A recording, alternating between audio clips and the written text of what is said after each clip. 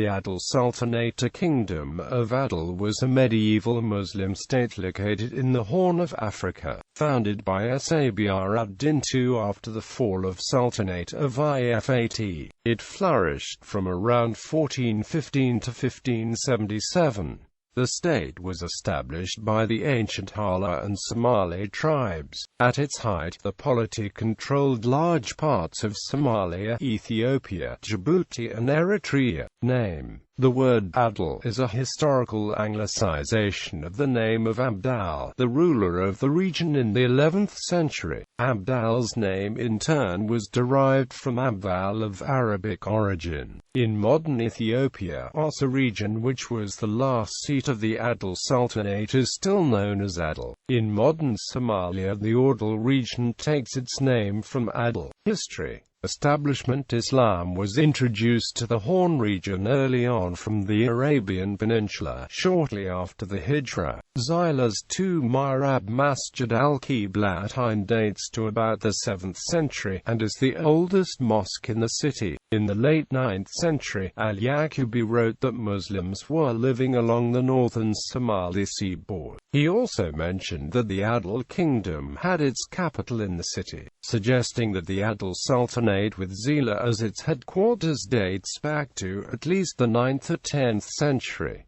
According to I.M. Lewis, the polity was governed by local dynasties consisting of Somalized Arabs or Arabized Somalis, who also ruled over the similarly established Sultanate of Mogadishu in the Benadir region to the south. Adal's history from this founding period forth would be characterized by a succession of battles with neighboring Abyssinia. Adal is mentioned by name for the first time in the 14th century. In the context of the battles between the Muslims of the northern Somali and Afar seaboard and the Abyssinian king Amdacian I's Christian troops, Adal originally had its capital in the port city of Zila, situated in the eponymous Adal region in modern-day northwestern Somaliland. The polity at the time was an emirate in the larger Ifat Sultanate ruled by the Warlashma dynasty. Rise and disintegration. In 1332, the king of Adal was slain in a military campaign aimed at halting Amdacian's march towards Zila. When the last Sultan of Ifat, Saad ad-Din II, was also killed by Dawit I of Ethiopia at the port city of Zila in 1410. His children escaped to Yemen, before later returning in 1415.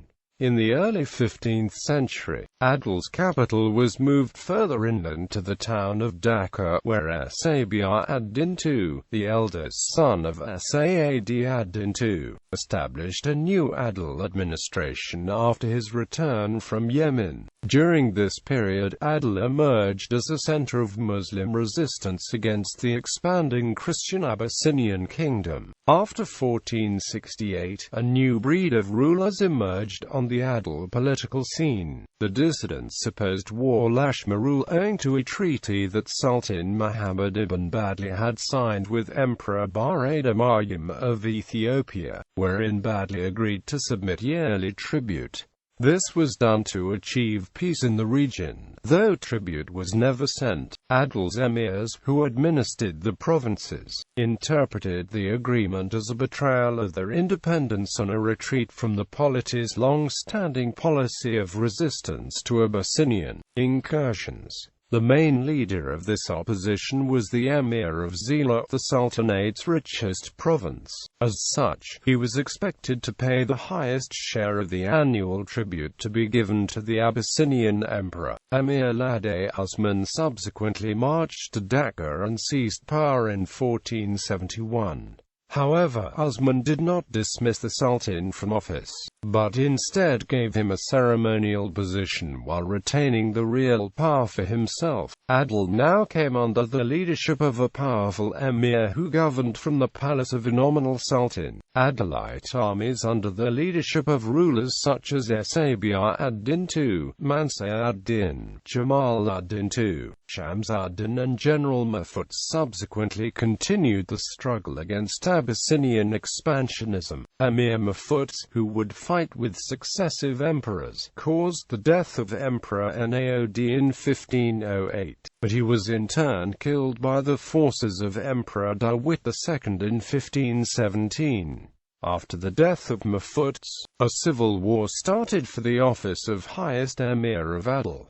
5 emirs came to power in only 2 years, but at last, a matured and powerful leader called Gharid Abun Addis assumed power. When Gharid Abun was in power, he was defeated and killed by Sultan Abu Bakr ibn Muhammad, and in 1554, under his initiative, Harra became the capital of Adal. This time not only the young emirs revolted, but the whole country of Adal rose against Sultan Abu Bakr, because Gharid Abun was loved by the people of the Sultanate. Many people went to join the force of a young imam called Ahmad ibn Ibrahim al-Ghazi, who claimed revenge for Gharid Abun. Al-Ghazi assumed power in Adal in 1527, however he did not remove the Sultan, but instead left him in his nominal office. Yet when Abu Bakr waged war on him, Ahmad ibn Ibrahim killed Abu Bakr and replaced him with his brother Umaddin. In the 16th century, Adal organized an effective army led by Imam Ahmad ibn Ibrahim al-Ghazi that invaded the Abyssinian Empire. This campaign is historically known as the Conquest of Abyssinia of Fattah al-Habash. During the war, Ahmed pioneered the use of cannons supplied by the Ottoman Empire, which were deployed against Solomonic forces and the Portuguese allies led by Cristóvão da Gama. Some scholars argue that this conflict proved, through the use on both sides, the value of firearms such as the matchlock musket, cannons and the arquebus over traditional weapons.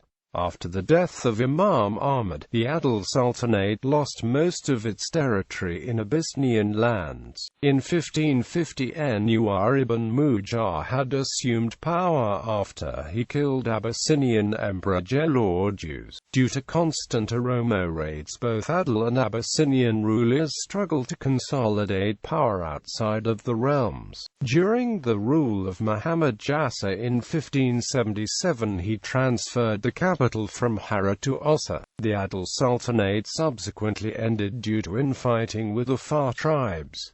Sultans of Adal. Ethnicity. The rulers of the earlier Sultanate of Shewa and the Warlashma princes of Ifat and Adal all possessed Arab genealogical traditions. During Adal's initial period, when it was centered on the port city of Zila in present-day northwestern Somalia, the kingdom was primarily composed of Somalis, Afars, Hararis and Arabs. There is some debate over the ethnic composition of Adal after its capital moved to modern-day Ethiopia. I.M. Lewis states, Somali forces contributed much to the Imam's victories. Shihab ad-Din, the Muslim chronicler of the period, writing between 1540 and 1560, mentions them frequently. The most prominent Somali groups in the campaigns were the Samaruna Gadabursi. Garksages took part, and ad-Din is very vague as to the distribution and grazing areas. But of the Isaq, only the Habas clan seem to have been involved, and the distribution is not recorded. Finally, several Dir clans also took part, although Richard Pankhurst strongly suggests Habas Makdi to be of the Habr Makadi of the Gadabursi, which explains why the Isaq clan distribution is not recorded.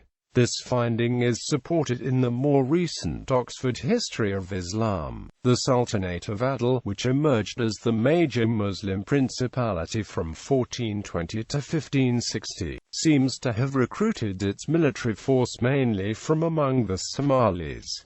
Lewis, on the other hand, notes that the Imam's origins are unknown. Ewald Wagner connects the name Adal with the Dankali tribe Adarila and the Somali name for the clan Odali, proposing that the kingdom may have largely been composed of Afars, although Afars constituted a significant part of Adal. Didier Morin notes that the exact influence of the Afar inside the Kingdom of Adal is still conjectural due to its multi-ethnic basis. Nevertheless, Franz Christoph Muth identifies Ahmad ibn Ibrahim al-Ghazi as Somali. Languages. Various languages from the Afro-Asiatic family are believed to have been spoken in the Adal Sultanate. Languages such as Somali, Harari, Argoba, Afar and Arabic. Levi Kasserly notes that Adal was one of various historic Somali sultanates in the region. Additionally, a 19th-century Ethiopian historian Asmaji Yorgos asserts that the Warlashma spoke Arabic, while earlier accounts of the previous Ifat.It Sultanate note an Abyssinian-speaking presence which J.D.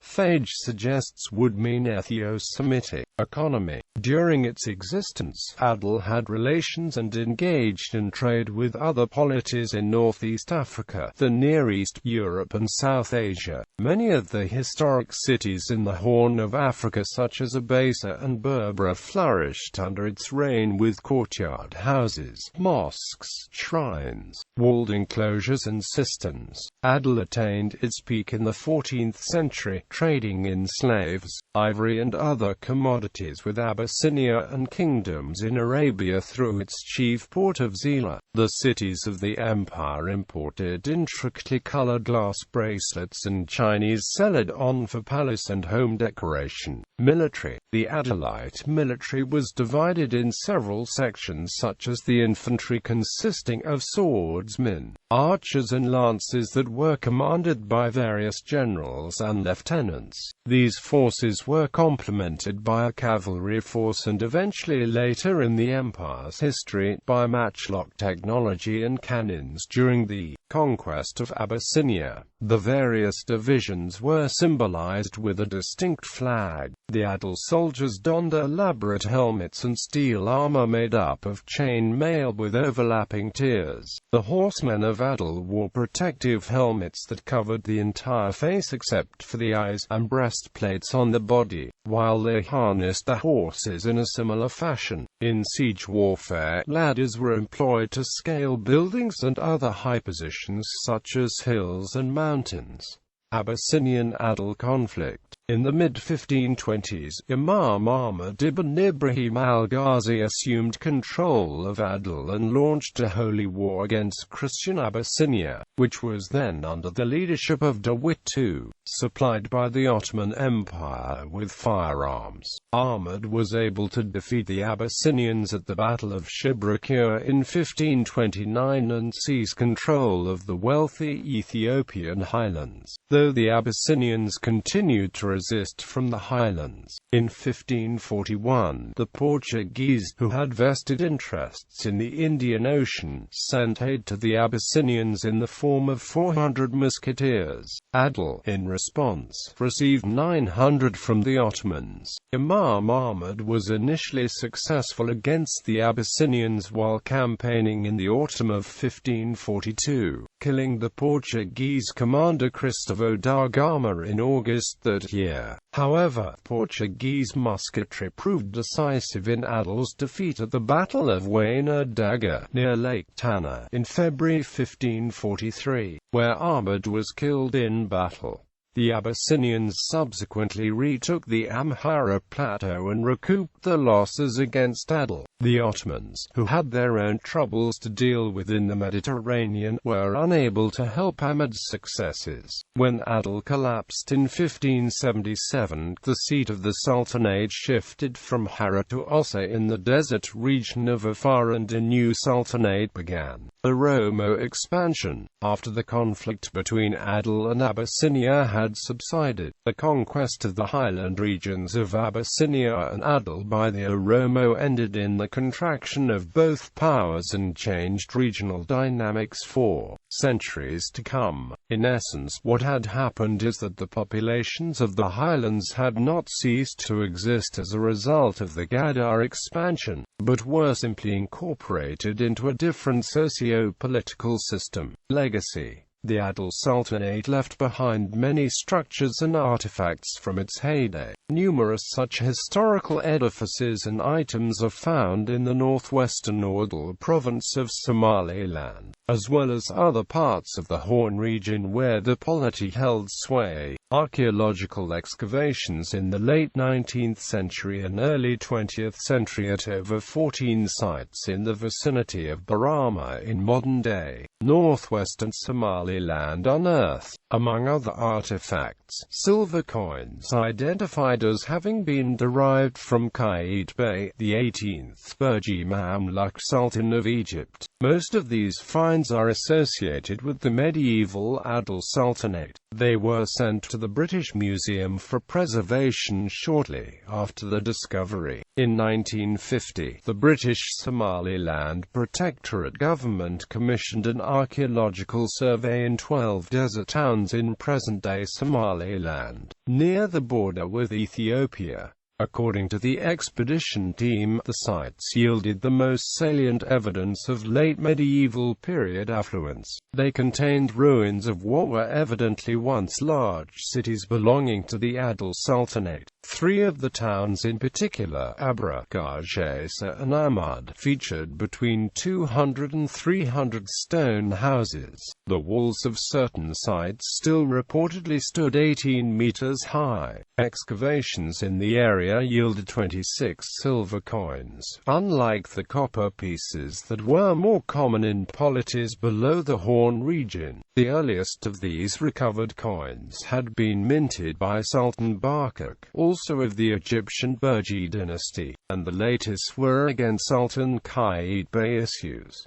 All of the pieces had been struck in either Cairo or Damascus. A few gold coins were also discovered during the expedition, making the area the only place in the wider region to yield such pieces. Besides coinage, high-quality porcelain was recovered from the Adal sites. The fine celadon ware was found either lying on the surface, or buried at a depth of 7.5 inches, or ensconced within dense middens 4 to 5 feet high. Among the artifacts were grey granular sherds with a crackled blue-green or sea-green glaze, and white crystalline fragments with an uncrackled green-white glaze. Some Ming dynasty ware was also discovered, including many early Ming blue and white bowl sherds. They were adorned with tendril scrolls on a bluish ground and ornamented with black spotting, while other bowls had floral patterns outlined